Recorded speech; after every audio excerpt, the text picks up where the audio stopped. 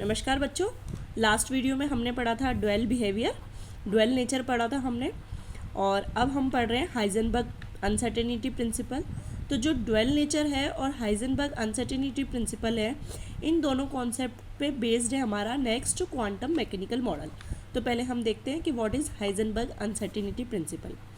तो इन्होंने ये बताया था, हाइजेनबर्ग एक साइंटिस्ट थे, उन्होंने बताया कि कोई भी हमारे पास यदि माइक्रोस्कोपिक पार्टिकल है और वो जो माइक्रोस्कोपिक पार्टिकल होता है और यदि हम उसकी पोजीशन और उसका मोमेंटम यदि हम साइमल्टेनियसली निकालना चाहें तो हम उसको एक्यूरेसी से मेज़र नहीं कर सकते। तो इन्होंने यही बोला कि it is impossible to measure simultaneously both the position and the velocity. और मोमेंटम भी मैं इसको लिखूँगी क्योंकि मोमेंटम क्या होता है, P = m/v of A microscopic particle with absolute accuracy और सर्टेनिटी। हम एक बार में एक ही चीज़ को एक्यूरेसी से फाइंड आउट कर सकते हैं। यदि हमने पोजीशन फाइंड आउट करी तो हम उसका मोमेंटम फाइंड आउट नहीं कर पाएंगे, और यदि हमने मोमेंटम एक्यूरेसी से फाइंड आउट किया तो हम उसकी पोजीशन को फाइंड आउट नहीं कर पाएंगे। और उन्होंने ये जो पूरा जो ये प्रिंसिपल दिया था उसको एक फॉर्मूले के फॉर्म में पुट किया कि del x multiplied by del p is greater than और इक्वल टू h/4π। अब del x है वो है uncertainty in position, del p है वो अनसर्टेनिटी इन मोमेंटम, h है वो प्लांक्स कांस्टेंट, m है मास ऑफ पार्टिकल, और जो v है del v वो है अनसर्टेनिटी इन वेलोसिटी। तो यहाँ पर del p को मैंने रिप्लेस कर दिया m del v से। मोमेंटम होता है हमारा m/v, तो यहाँ पर मैंने m/del v कर दिया। तो ये हमारा हाइजेनबर्ग अनसर्टेनिटी प्रिंसिपल है और ये इसका एक फॉर्मूला है जिस पे हम बहुत सारे न्यूमेरिकल को सॉल्व कर सकते हैं। तो देखते हैं इसका न्यूमेरिकल। तो calculate the uncertainty in velocity of an electron if the uncertainty in its position in 1 angstrom और 100 पिकोमीटर और 10⁻⁻10 मीटर।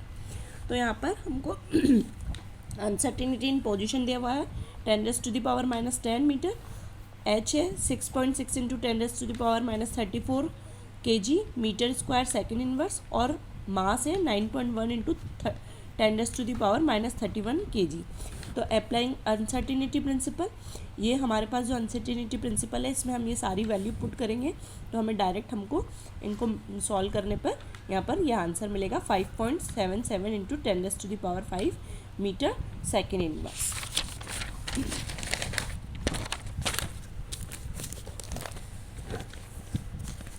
सेकेंड है, अ golf ball has a mass of 40 gram and A speed of 45 meter per second. If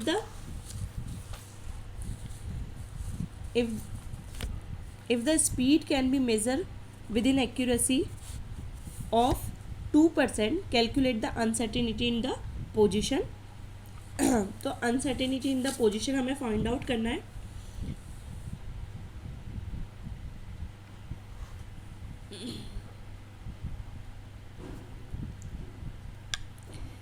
uncertainty in speed दे रखी 2% of 45 metre per second. यहाँ पर हमको दे रखा है speed, तो स्पीड का 2% फाइंड आउट कर लेंगे पहले। तो 2% के लिए 2/100 × 45 कर देंगे तो यहाँ पर आएगा 0.9, और इसकी वैल्यू v की वैल्यू जब हमको निकल के आ गई तो इसको हमको अब यहाँ पर सिंपल इस फॉर्मूले में पुट करना है। जब हम इसको पूरे को फॉर्मूले में पुट करेंगे तो हमको आंसर आएगा 1.46 × 10⁻⁻33 मीटर। एक और नेक्स्ट है, यहाँ पर दिया हुआ है calculate the uncertainty in the position of an electron if the uncertainty in its velocity is 5.7 × 10⁻5 metre per second and mass of electron is 9.1 × 10⁻31 kg और Planck's constant is 6.6 × 10⁻31 kg metre square second inverse. तो बच्चों ये आपका homework है और इसको आपको अब होमवर्क में सॉल्व करना है। अब हम ये जो देखते हैं कि जो हाइजेनबर्ग अनसर्टेनिटी प्रिंसिपल था ये डेली लाइफ में इसको क्या सिग्निफिकेंस है।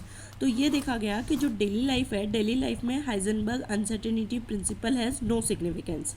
वो कैसे कि in case of objects of ordinary size the uncertainty in position and momentum are very very small as compare to the size of the object and momentum of the object respectively, and hence these may be neglected.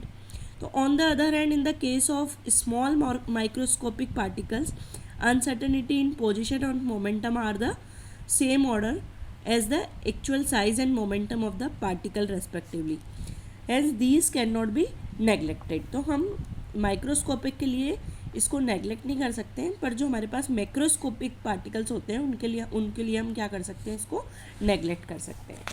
अब हम देखते हैं what are the failures of Bohr's model. तो अब Bohr's model बच्चों क्यों fail हुआ था, वो इसलिए हुआ था क्योंकि according to Bohr model the electron are moving in fix circular path.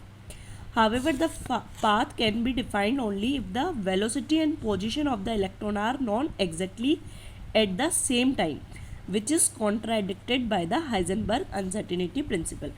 बच्चों मैंने आपको शुरू में भी समझाया था, इसके पहले वाली वीडियो में भी मैंने इसको एक्सप्लेन किया था कि बोर ने ये बताया था कि जो इलेक्ट्रॉन होता है वो फिक्स सर्कुलर पाथ में रिवॉल्व करता है, ठीक है, और सर्कुलर पाथ में रिवॉल्व करेगा तो वो हमको क्या पता होना चाहिए, उसकी वेलोसिटी और पोजीशन यदि हमें इलेक्ट्रॉन को पता होना चाहिए, है ना. और ये बात कॉन्ट्राडिक्ट हो रही है किसके साथ, हाइजेनबर्ग अनसर्टेनिटी के प्रिंसिपल के साथ.